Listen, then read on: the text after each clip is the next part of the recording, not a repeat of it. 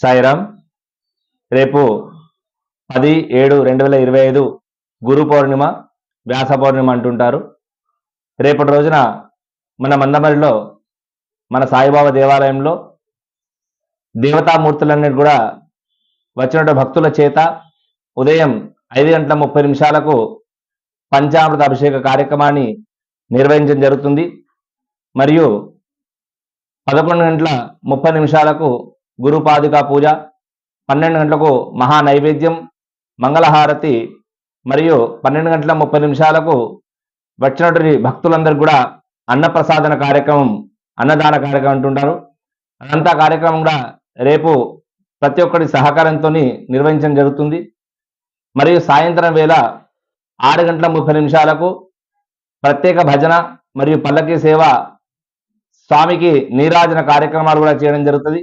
కావున భక్తులంతా కూడా అధిక సంఖ్యలో పాల్గొని ఈ కార్యక్రమాన్ని విజయవంతం చేయాల్సిందిగా కోరుతున్నాము. మరియు ప్రతి ఒక్కరు కూడా ఈ కార్యక్రమానికి సేవా కార్యక్రమంతో వచ్చేసి ప్రతి ఒక్కరు సేవా కార్యక్రమం చేసుకోవాలని, మానవ సేవ మాధవ సేవ అని స్వామి చెప్పినట్టు అందరూ కూడా మిగతా సేవా కార్యక్రమంలో పాల్గొనాల్సి కోరుతున్నాము. కేవలం ద్రవ్యం ఇస్తేనే సేవ అవుతుంది అనుకోకండి. ప్రతి ఆలయంలో ఏ సేవ చేసినా కూడా సేవ భావం ఉంటుంది. కాబట్టి గురు సేవ చేస్తేనే చాలా మహత్యం ఉంటుంది. ప్రతి ఒక్కరు కూడా గురు అనేవాడు కంపల్సరీ ఉంటారు. ఎందుకంటే గురు లేని విద్య గుడ్డి విద్య అంటుంటారు.